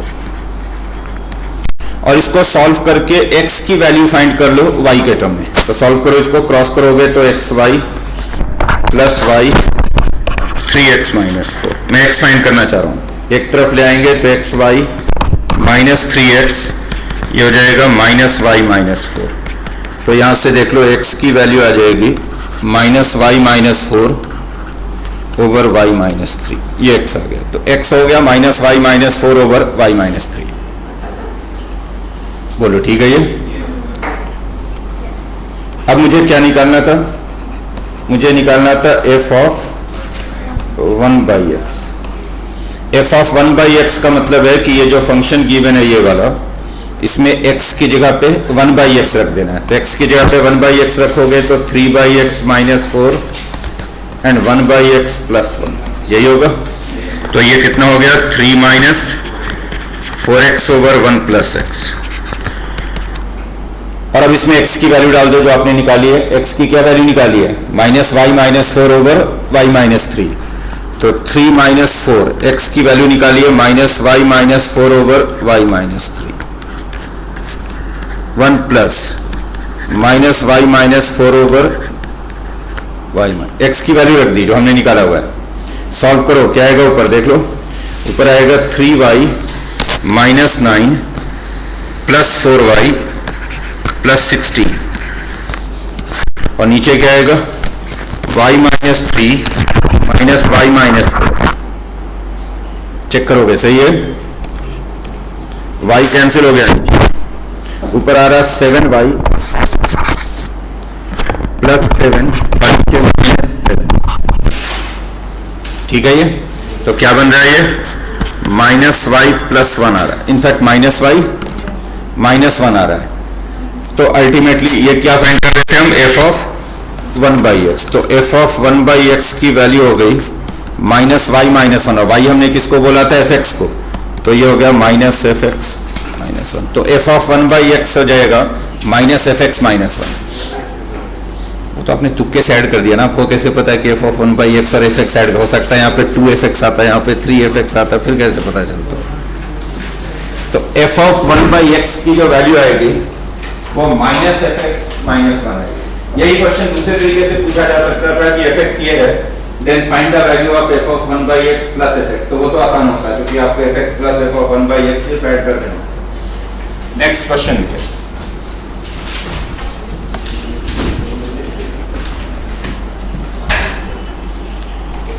एक क्वेश्चन ऐसा और पूछ लेता हूं, तो लिखिए if f x is equal to x minus 1 over x plus 1, if fx is, लिखो x minus 1 over x plus 1, then find f of 2x in terms of fx, ये फाइंड करना है। then find f of 2x in terms of fx।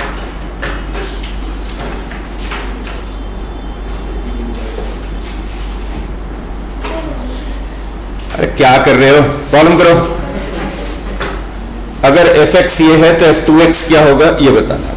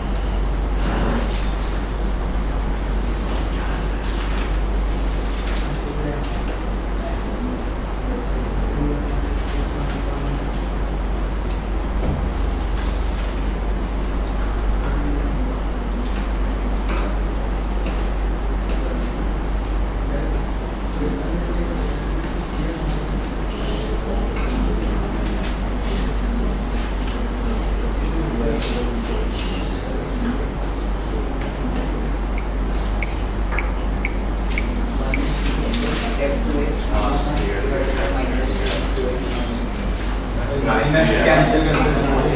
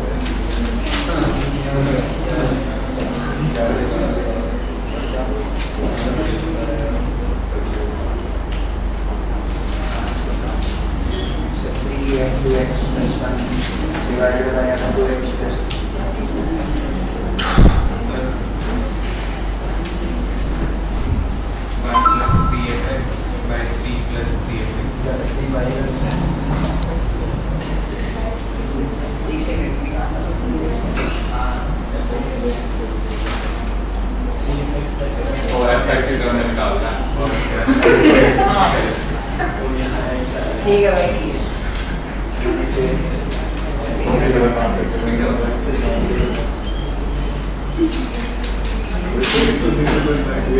हो गया?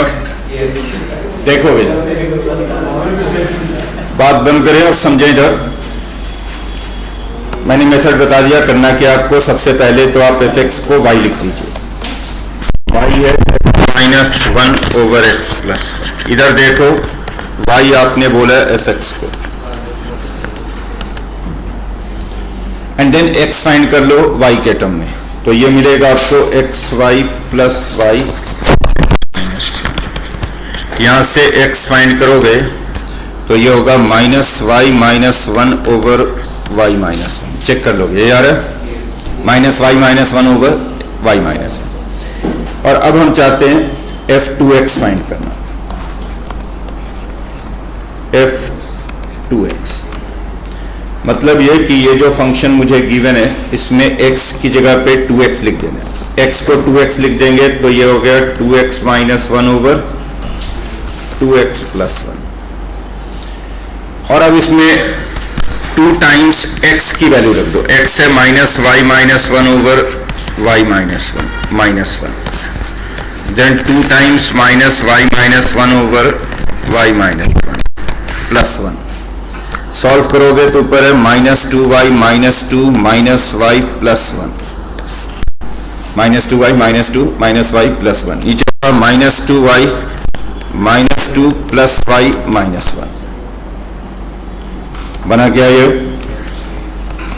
ये ऊपर आ जाएगा -3y -1 और नीचे आ जाएगा ये -y -3। साइन बदल कर लिख दे ऊपर नीचे, तो 3y + 1/y + 3 है। तो ये 3y + 1/y + 3 है। y की जगह पे हमने वापस fx डाल दिया, तो ये 3fx + 1/fx + 3। तो ये f2x हो जाएगा। f2x की वैल्यू है 3fx + 1/fx + 3। समझ में आई बात? नेक्स्ट क्वेश्चन है।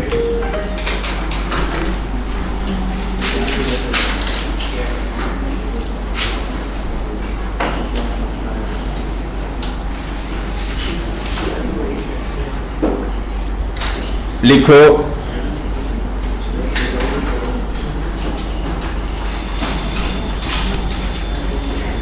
लिखोगे a function f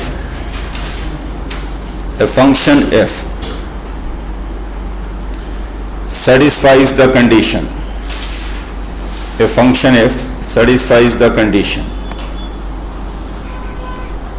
f of x plus y is equal to fx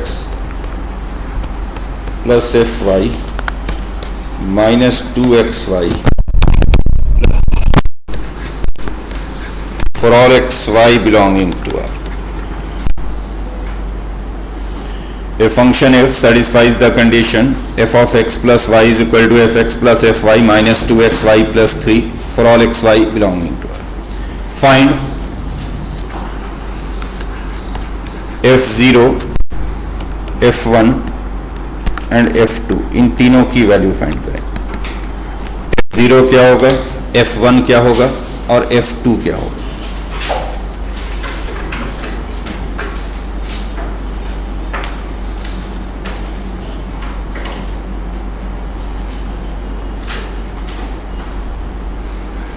चलो अभी सिर्फ आप एक काम करो, इस क्वेश्चन में अगली बार दूंगा, इस क्वेश्चन में भी फिलहाल f0 निकालो, सिर्फ फाइंड f0।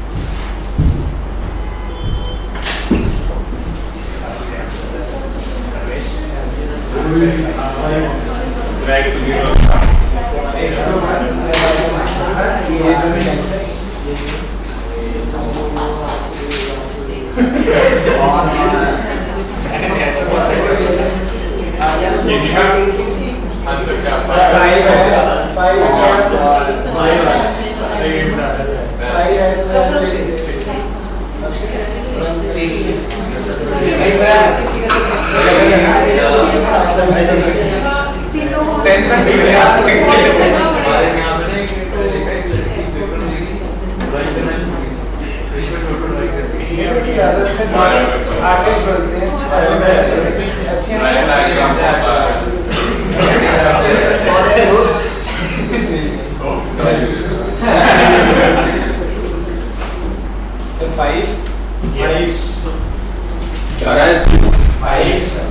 -3 है। देखो इधर, वैसे भी आपसे कहा जा रहा है 0 निकालने के लिए। देखो इधर आपसे कहा गया कि ये रिलेशन जो गिवन है, यानी ये जो इक्वेशन गिवन है, this is true for all x and y. X and y को हम कुछ भी रख देंगे ये ट्रू होगा। For all x and y का मतलब क्या है कि इसमें मेरी मर्जी है, मैं एक्स और वाई को कुछ भी रख दूं, लेफ्ट और राइट इक्वल रहेंगे। तो चूंकि आपको f0 निकालना है तो x और y दोनों को 0 रख दो, मिल जाएगा आपको f0। तो अगर x और y दोनों को 0 रख दें, इसमें x एंड y दोनों को 0 रख दो, तो इधर f0, उधर f0, फिर f0, -0, x एंड y की जगह पे एक f0 तो खत्म हो जाएगा। तो देखो f0 की वैल्यू आ जाएगी, तो f0 जो है ये -3 के इक्वल है। कैंसिल नहीं किया सर, सब्ट्रैक्ट कर दिया ना उधर ले जाके, सब्ट्रैक्ट हो जाएगा ना, उधर ले जाओगे सब कुछ। f0 माइनस f0 क्या हो जाएगा, खत्म नहीं हो जाएगा। इसको कैंसिल करना नहीं कहते हैं, सब्ट्रैक्शन हुआ है, उधर ले गए, सब कुछ ऐसे लिख लो। अगर आप एक उधर जाओगे तो f0 माइनस f0 एक तो खत्म हो जाएगा, एक f0 बच जाएगा आपका। नेक्स्ट क्वेश्चन लिखिए,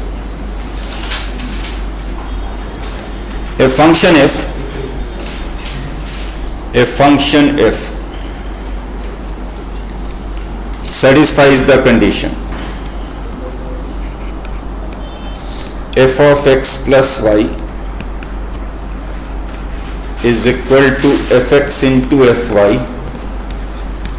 for all xy belonging to R. F of x plus y is equal to fx into fy for all xy belonging to R. And f1 is equal to 2. f1 की value 2 है। Find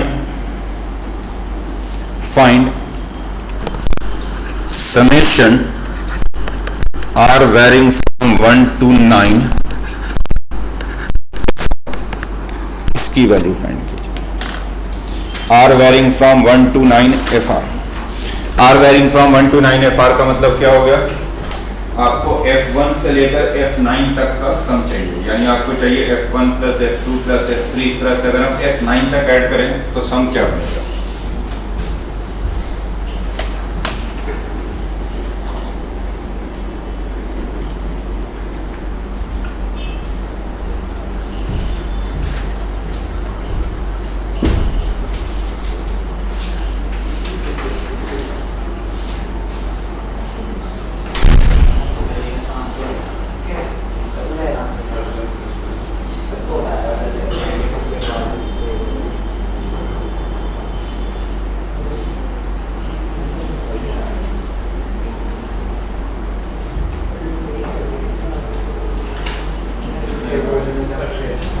तेरे बालों से तो सबकी अच्छी है। इसके कैसे हो रहेंगे? उधर में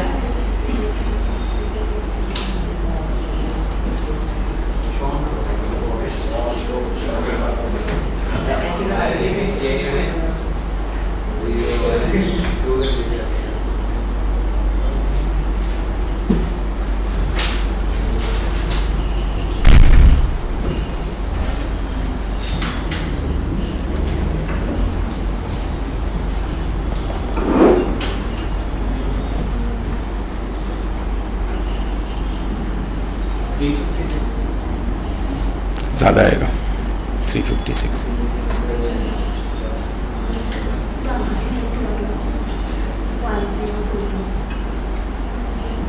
थोड़ा गलत बोल रहे हो।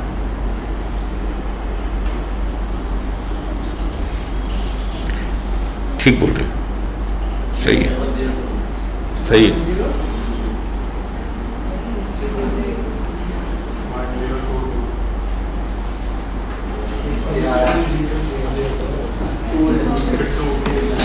देखो बहुत ज़्यादा दिमाग लगाने की जरूरत नहीं है ऐसे क्वेश्चन में, बहुत सिंपल सी बात होती है। देखो होगा क्या रहा है, आपको चाहिए क्या, F1 plus F2 plus F3 कहाँ तक, F9 तक, क्योंकि R वेरी कर रहे हैं 1 से 9 तक और FR चाहिए, तो F1 से F9 चाहिए, जिसमें F1 तो हमें पता ही है, तो नेक्स्ट हम F2 को टारगेट करते हैं, क्योंकि F1 मालूम है, जो मालूम है उसी को यूज करते चले जाते हैं। F1 मालूम है, F2 चाहिए, तो हमने X और Y दोनों को 1 डाल दिया, X और Y दोनों को 1 डाल देंगे तो F2 मिल जाएगा।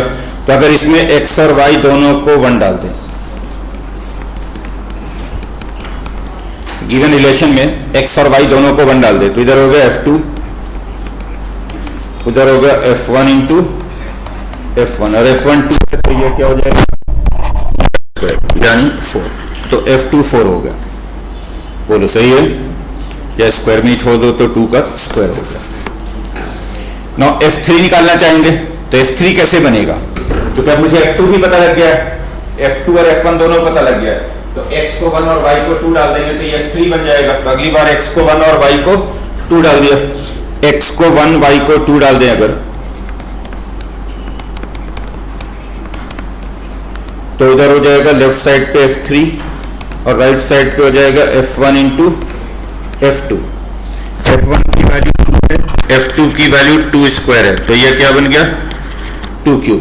अब तो पैटर्न से भी पता लग गया कि अगर हम F1 निकाल रहे हैं तो F1 निकाल रहे हैं तो 2 1 आ रहा है, F2 निकाल रहे हैं तो 2 2 आ रहा है, F3 निकाल रहे हैं तो 2 3 आ रहा था, ऐसे ही F4 निकालोगे तो 2 4 आएगा, F5 निकालोगे तो 2 5 आएगा, ऐसे ही बढ़ता चला जाएगा। तो अब सीधा लिख देते हैं, क्या निकालना हमें, summation r varying from 1 to कहाँ तक था 9 तक FR, यानी हमें चाहिए F1 plus F2 plus F3 कहाँ तक चाहिए, ये F9 तक, F1 से F9 तक। F1 हो गया देखो 2 1, F2 हो गया 2 2, F3 हो गया 2 3, और इस तरह से बढ़ते हुए F9 हो गया 2 9। और ये GP है नहीं, GP का फर्स्ट टर्म 2 है, कॉमन रेशियो भी 2 है। GP के n टर्म्स का सम निकालना हो तो सम होता है AR raise to n minus 1 over, this is sum of n terms of GP, AR raise to n minus 1 over R minus 1। तो A यहाँ पे 2 है, R भी 2 है, और नंबर ऑफ टर्म्स 9 है, 1 से 9 तक गए थे, तो 2 raise to 9 minus 1 over 2 minus 1। तो कैलकुलेट करके देख लो, ये आ जाएगा 2 इंटू 2 रेज टू 9 हो गया 512 माइनस 1, तो बनेगा 1022।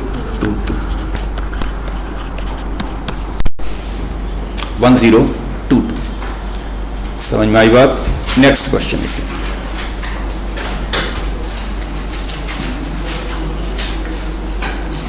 a function f satisfies the condition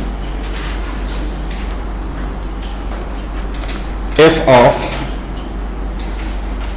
x minus 2 is equal to f of x plus 2. F of x minus 2 is equal to f of x plus 2 for all x belonging to R. A function f satisfies the condition f of x minus 2 is equal to f of x plus 2 for all x belonging to R, and f0 is equal to 7.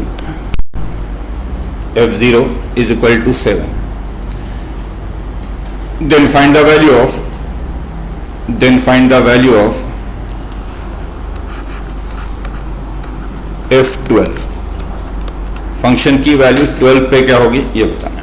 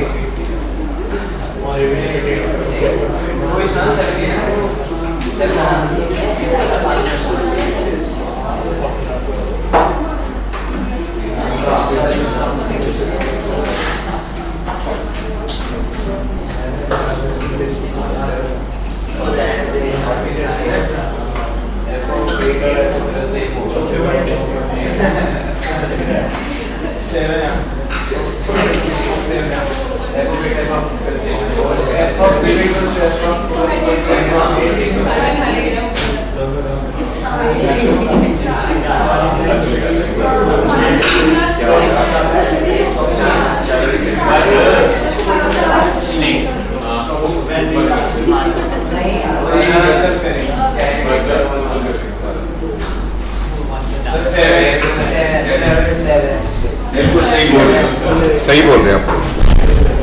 देखो बेटा, f of x minus two और f of x plus two same है। अगर आप ध्यान से देखो तो एक्चुअली कहा क्या जा रहा है कि फंक्शन की जो वैल्यू x माइनस टू पे होगी वही वैल्यू x प्लस टू पे होगी। अगर मैं इसमें पहले चूंकि x0 गिवन है तो एक साइड पे इसके x0 बना देता हूँ, यानी x की जगह पे क्या रख दिया, इसमें 2 रख दिया। x को 2 रख देंगे तो इधर हो जाएगा f0, उधर हो जाएगा f4, और f0 चूंकि 7 है तो f4 भी हो गया 7। बोलिए सही है? बस क्या गिवन है उसी से हिट ले लेते हैं। चूंकि f0 गिवन है तो एक साइड पे x को 2 रख दिया, x को 2 रख दिया तो इधर f0 बन जाएगा, उधर f4 बन जाएगा। f0 is equal to f4। अब f4 मिल गया तो एक साइड पे f4 बना लेते हैं, यानी x को 6 रख देते हैं। तो अगर x को 6 रख देंगे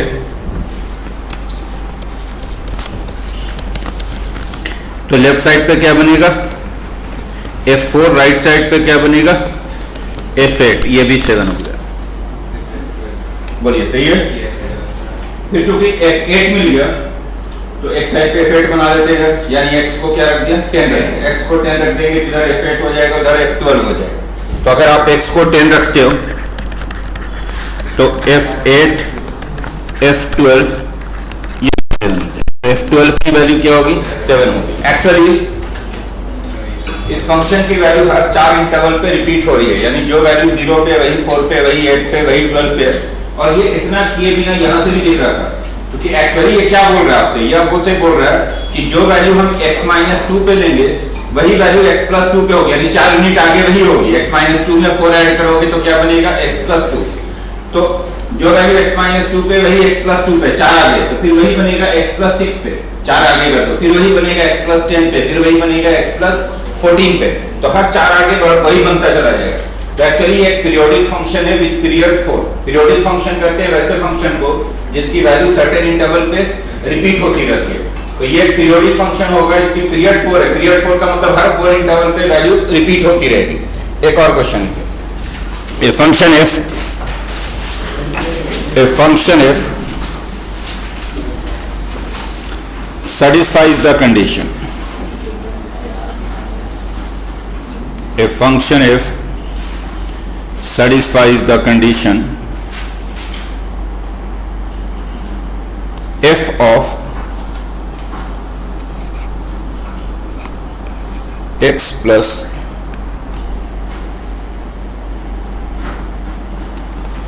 four fx f of x plus 4fx is equal to 5x for all x belonging to R. For all x belonging to R, and f1 is equal to 2. f1 is equal to 2. Find the value of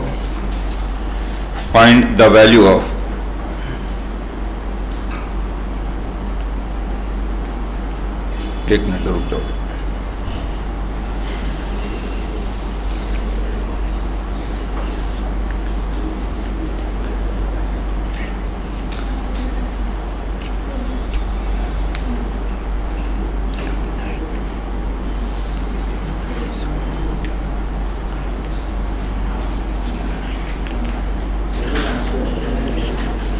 Find the value of f of 45. f of 45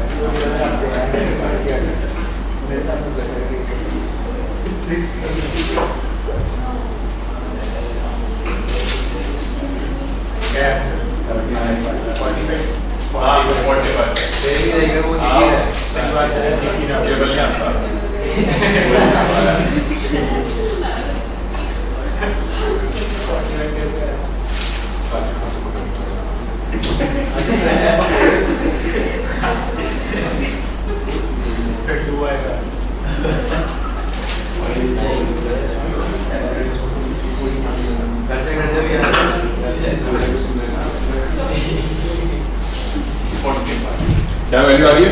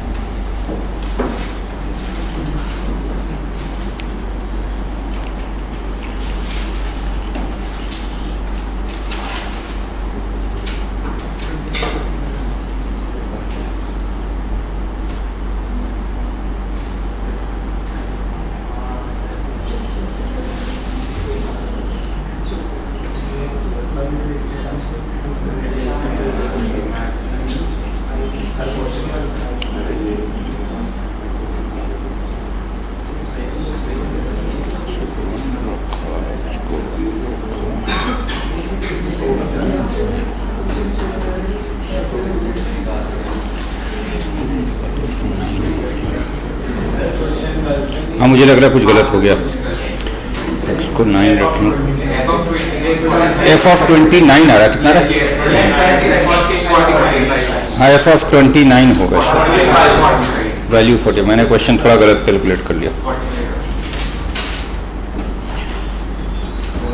देखिए फिर से वही कहूंगा, आपको question से ही hint लेना, अपना कुछ नहीं सोचना है। आप देखिए कि क्या गिवन है, गिवन है f1, तो मैं पहले f1 ही यूज करता हूं। f1 यूज करना है तो x की जगह पे क्या कर दिया, इसमें 1 डाल दिया, x की जगह पे 1।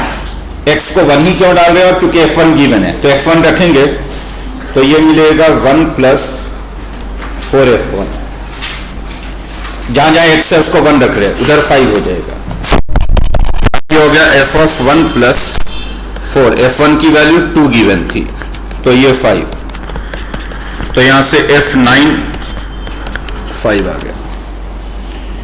ठीक है ये। और अब चूंकि f9 मिल गया तो अगली बार x को 9 रख देता हूं।